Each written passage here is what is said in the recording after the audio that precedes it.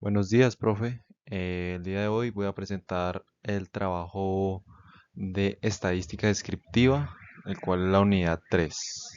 Mi nombre es Santiago Mauricio Orjuela Fernández y sean bienvenidos a este breve presentación que voy a presentar el día de hoy. Voy a presentar el primer punto, el cual es como título: ¿Cómo puede calificar la utilización de organizar los datos? Bueno, para poder utilizar de una forma adecuada la organización de los datos, existen tres maneras o tres formas para la presentación de ellos, los cuales son los siguientes que voy a presentar a continuación. El texto. Este permite enfocarse en información relevante y descartar datos innecesarios, lo cual es ideal para conjuntos de datos pequeños. Aquí un ejemplo de ello. Como segundo ejemplo, tenemos los cuadros o tablas.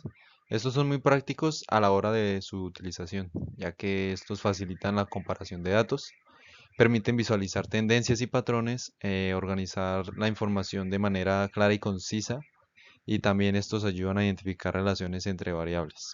Estos son muy útiles para grandes conjuntos de datos. Aquí un ejemplo a continuación. Y tercero y último, tenemos los gráficos, ya que su utilización también es muy práctica. Estos facilitan la comprensión de tendencias y patrones. También permiten visualizar las relaciones entre variables y son muy ideales para presentar datos numéricos. Estos pueden ser utilizados para presentar datos un poco complejos, un poco extensos y grandes. Aquí un ejemplo de ello.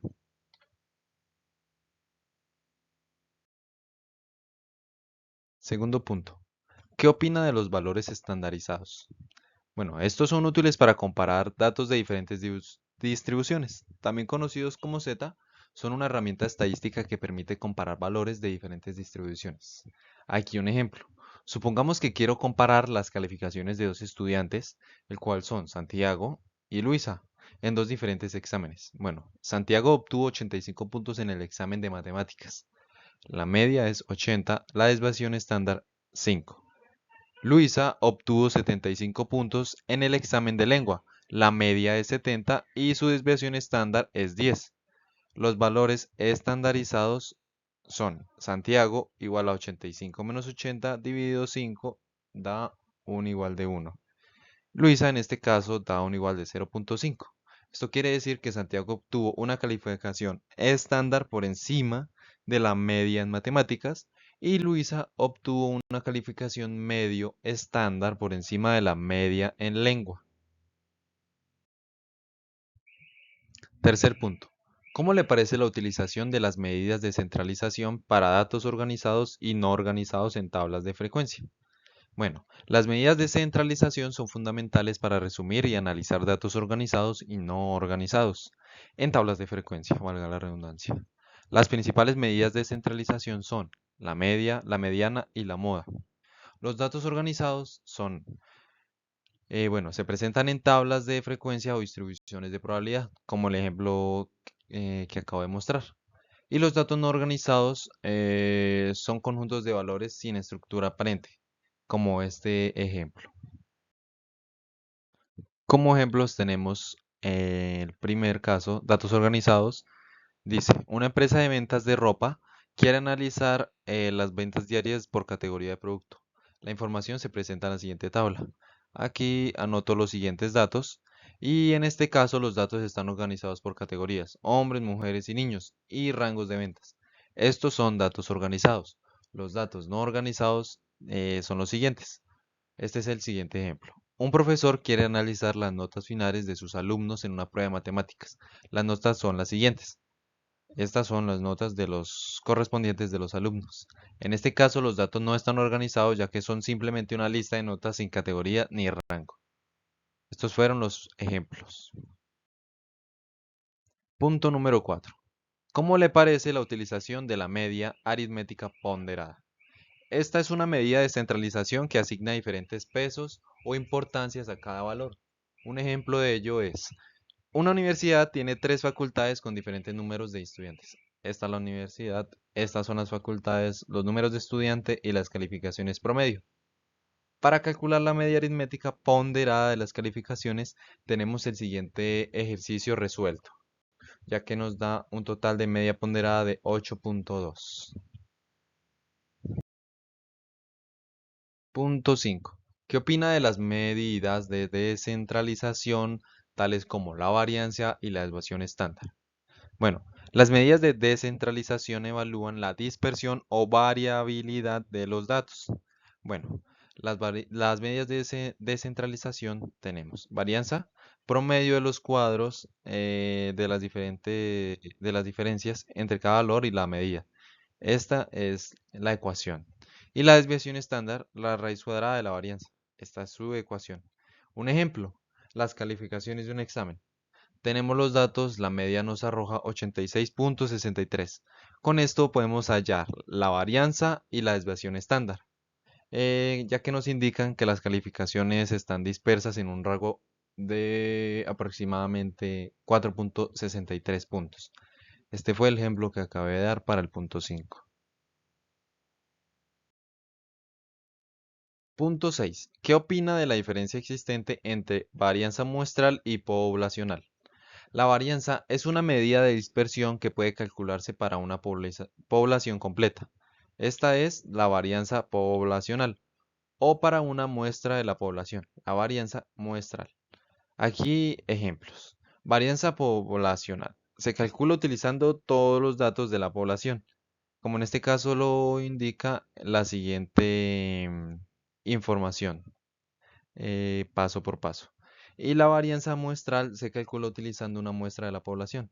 Aquí está su explicación paso por paso. Un ejemplo de lo que acabo de explicar anteriormente es, supongamos que queremos estimar la varianza de la edad de los estudiantes de una universidad. Por ejemplo, la población, edades 20, 21, 22, etcétera, hasta los 30 años. Varianza poblacional, tomamos este número que son 10 por las edades de entre 20 y 30 años, que son 10 en total, la muestra. Las edades 20, 22, 25, 28, 30 son 5 y la varianza muestral es 15. En este ejemplo, la varianza muestral 15 es mayor que la varianza poblacional 10 debido al sesgo de muestreo. Punto 7. ¿Qué hubiera hecho para aplicar las medidas de forma? Son estadísticas que describen la distribución de un conjunto de datos. Estas incluyen la media, la mediana, la moda, el rango, la varianza, la desviación estándar. Un ejemplo de ello es una empresa de transporte quiere realizar el tiempo de entrega de sus paquetes.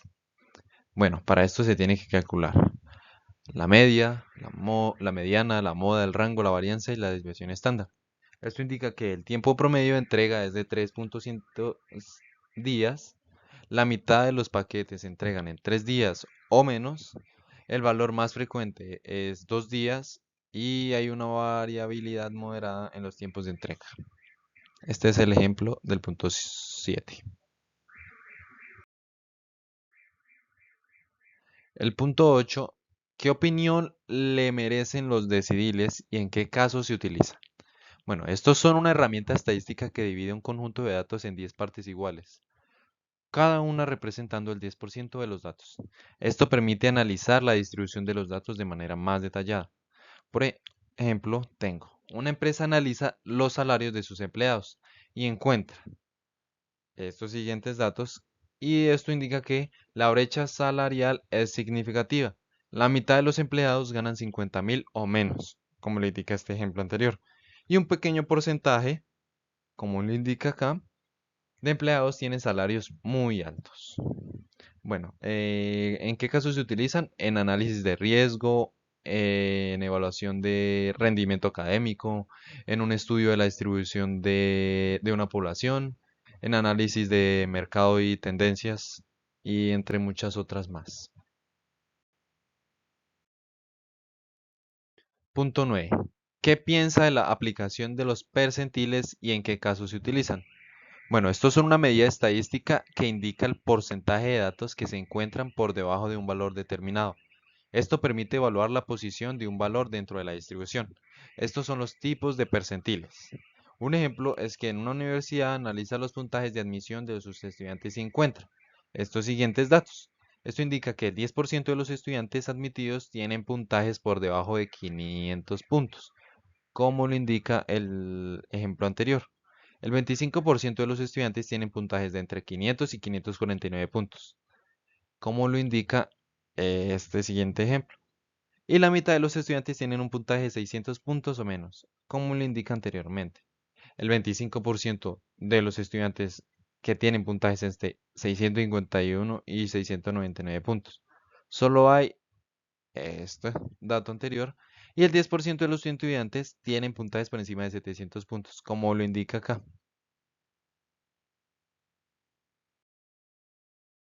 Como último punto tenemos el décimo. ¿Qué le parece la utilización de los cuarteles y en qué caso se utiliza? Bueno, estos son una herramienta estadística que divide un conjunto de datos en cuatro partes iguales, cada una representando el 25%, como lo explico aquí en este ejemplo. Bueno, una tienda en línea analiza las ventas diarias y encuentra estos siguientes datos. Esto indica que el 25 de los días tienen ventas por debajo de 1000, la mitad de los días tienen ventas de 2000 o menos y el 25% de los días tienen ventas por encima de 3500. Bueno, ¿qué casos te utilizan en ventas de marketing, en rendimiento estudiantil, en un estudio de distribución de ingresos, en análisis de datos de producción y calidad, en evaluación de eficiencia de procesos y en muchos otros más casos? Eso fue todo. Muchas gracias por tu atención, por tu tiempo y nos vemos en una próxima ocasión. Muchas gracias.